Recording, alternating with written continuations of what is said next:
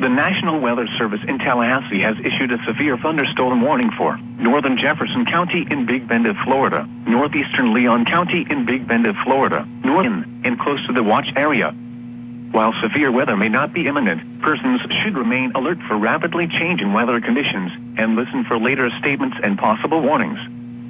Stay tuned to NOAA Weather Radio, commercial radio and television outlets, or internet sources for the latest severe weather information.